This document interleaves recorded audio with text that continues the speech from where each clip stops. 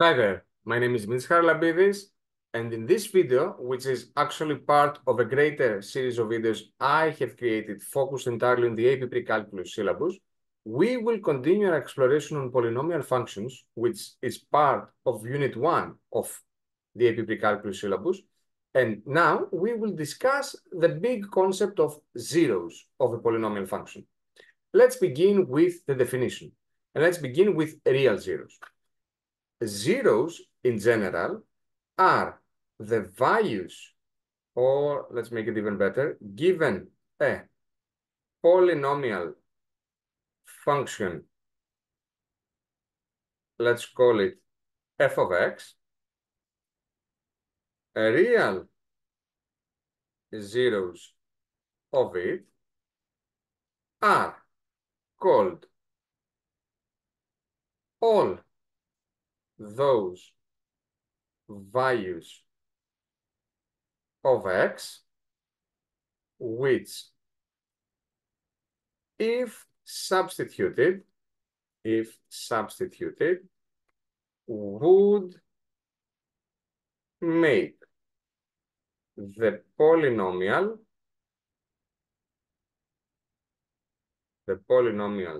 value equal to 0. This is why we call them zeros. So, trying to give a mathematical definition about this, we would have said that given the polynomial f of x, x0 is its 0 if and only if, this is how we notate the if and only if, f of x0 equals 0. In terms of applying that definition in examples, given a polynomial of first degree, let's say that p of x is 3x plus 5, in order to find its 0, we would take px and make that equal to 0. So now I try to find the value of x that would make the expression 3x plus 5 equal to 0. And this is an easy equation of first degree. So 3x is -5, and then by dividing both sides by 3, we would get the 0, which is -5/3. Similarly, if we even have a polynomial of second degree, what we call quadratic, let's make an example here. P of x is x squared plus 5x plus 6.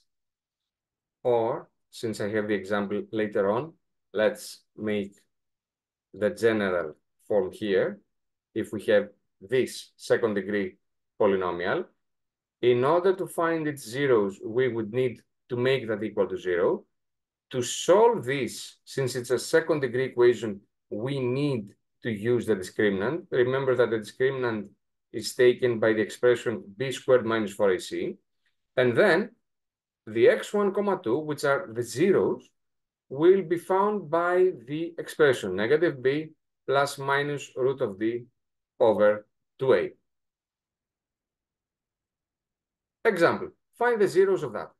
I'll begin by clarifying the values of a, b, and c. A is the coefficient of x squared, which is 1. B is the coefficient of x, which is 5. And c is the constant term, which is 6. Based on these values, I'll now calculate the discriminant, b squared minus 4ac, which is 5 squared minus 4 times 1 times 6. It's 25 minus 24, which is equal to 1. And now I'm ready to find the solutions of these, which will actually be the zeros, is minus b plus minus root of d over 2a, which means -5 plus minus root of 1 over 2 times 1. So -5 plus minus 1 over 2, -6 over 2, which is -3, or -4 over 2, which is -2. And therefore, the zeros, meaning the values of x that would make that polynomial function equal to 0, are numbers, -3 and -2. Keep in mind, however, that the solutions, if you remember, the solutions of a quadratic equation are not always real numbers. They depend on the value of the discriminant. If the discriminant is positive, we expect to have two solutions, therefore 2 zeros. If the discriminant is 0, we expect to have one solution, therefore 1 single zero.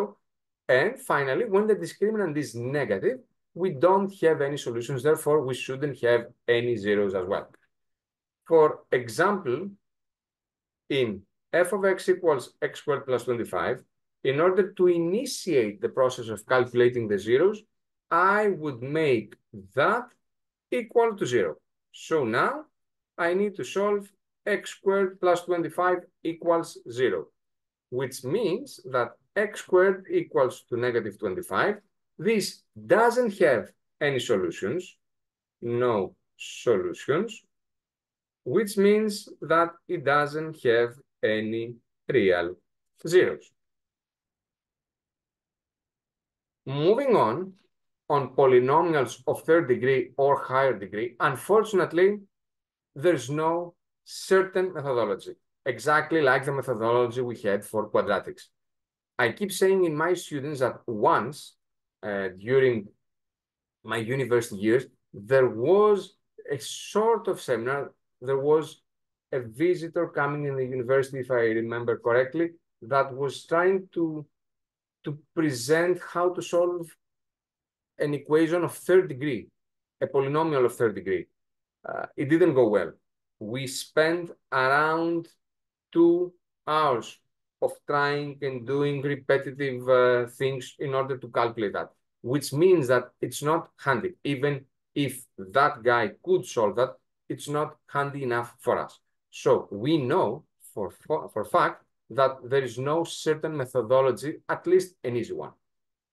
All we hope for on these cases, and we expect, because we're not doing math in a lab, we expect to apply our knowledge. If it happens and we come across a polynomial of third degree or higher, and we definitely need to solve it by hand, we should remember that the key word in this case is the word factorization. Through factorization, we will allow ourselves to write it in easier factors, in factors of smaller degree, and hopefully we will end up in second degree equations for which we have certain methodologies. So remember that polynomials of third degree or higher degree, they rely on factorization. Let's see an example on that. Find the zeros of x cubed minus 3x squared minus 4x plus 12. This is a third degree. What did I just say? There's no certain methodology. What did I also say? That the key word is factorization. Let's try to factorize it. The easiest way to factorize an expression is through the common factor. They don't have anything, all of them, anything in common.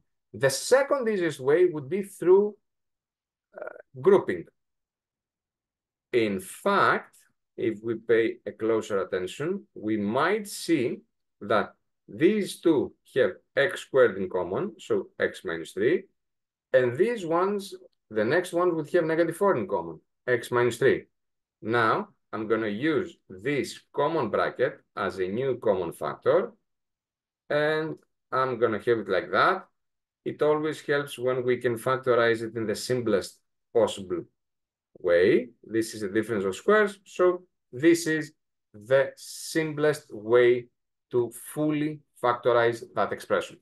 Now, with regards to the zeros, all that I have to do is make that expression equal to 0, which means when x minus 3, x minus 2, and x plus 2 equals 0.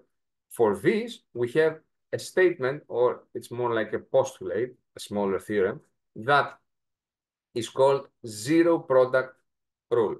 This rule suggests that when a product of factors is equal to 0, then this has only happened simply because one of these factors is equal to 0 itself. So x minus 3 times x minus 2 times x plus 2 equals 0. This means that either x minus 3 equals 0, or x minus 2 equals 0, or x plus 2 equals 0. So either x is 3, or x equals 2, or x equals -2. And these are the zeros of that expression.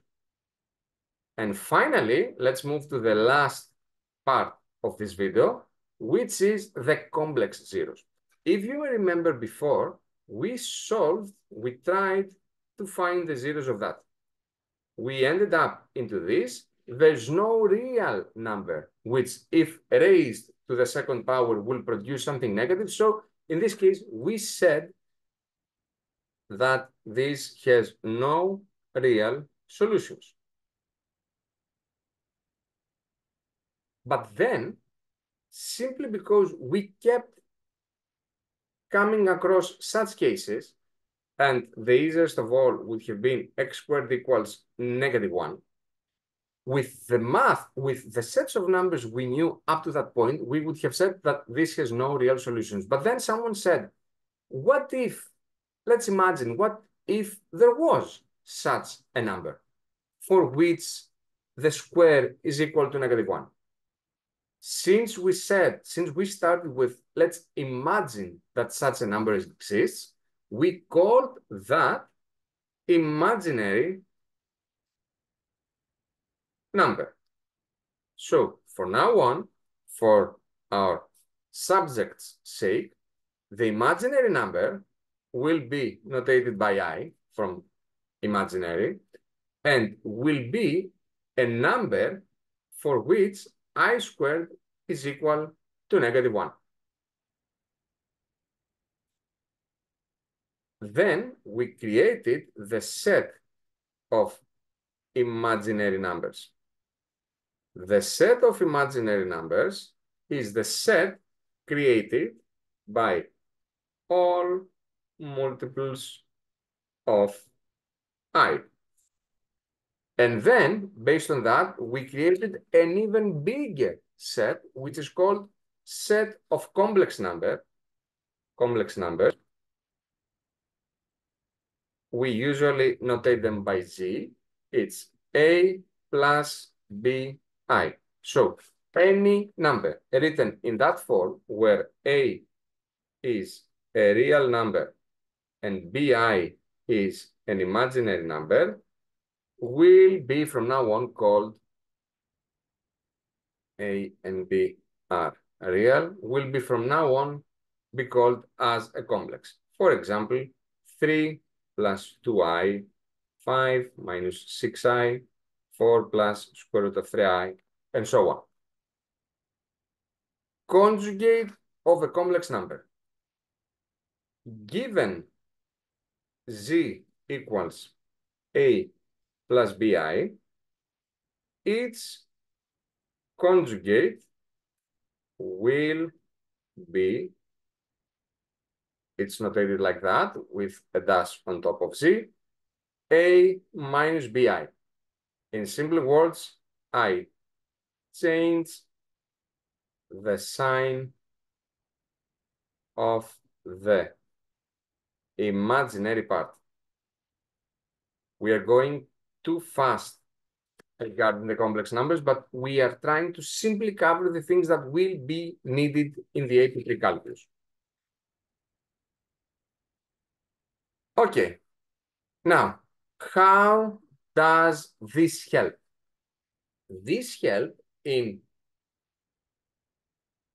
creating solutions to cases we couldn't solve so far. Because remember what was the initial problem? That this does not exist. However, now with the knowledge of that, now that we know, we could have said this, and with regards to the square root of -25, we can use that property to express it as 25 times -1. This, under another property, can break into that. Square root of 25 is plus minus 5, and square root of -1 is the number which, if raised to the second power, will produce -1. And we called that number imaginary, and we notated that by I. So the answer is plus minus 5i. So it would either be plus 5i or minus 5i.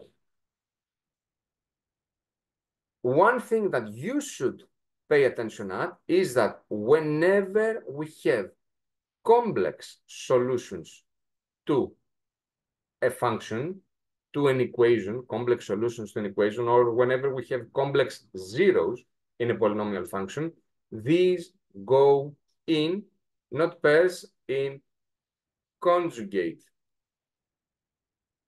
pairs. Let's do an example. X squared plus 3x plus 4 equals 0. The discriminant is 9 minus 16 equals -7. X1, 2 is -3 plus minus -7 over 2. It's -3 plus minus root of 7i over 2. So it should be -3 plus root of 7i over 2, or -3 minus root of 7i over 2. And that would be all. To recap what we just witnessed on this video, we defined zeros of a polynomial function as the values of x that would make that polynomial's value equal to 0. In order to find the zeros by ourselves, we just take the polynomial, make that equal to 0, and then solve that equation accordingly. Remember that there is a hint here. For every polynomial of third degree or more, the key thing in solving and finding its zeros is hidden under the word factorization. Without factorizing that first, it cannot be solved by hand. And then we define the imaginary number as the number which, if raised to the second power, is equal to -1. We saw that for now on, we can easily calculate the roots of a negative number. And we introduced the complex number, and we said that whenever we have complex zeros, whenever we have complex solutions to an equation, these should go always in conjugate pairs. That would be all. Please go over the video again and again and again if you think it's needed. I hope I made things sort of easier. If you found this video helpful enough, don't forget to like and subscribe. As always, I should thank you for your time. I should thank you for supporting me, and we'll see ourselves in one of the following videos. Have a great day.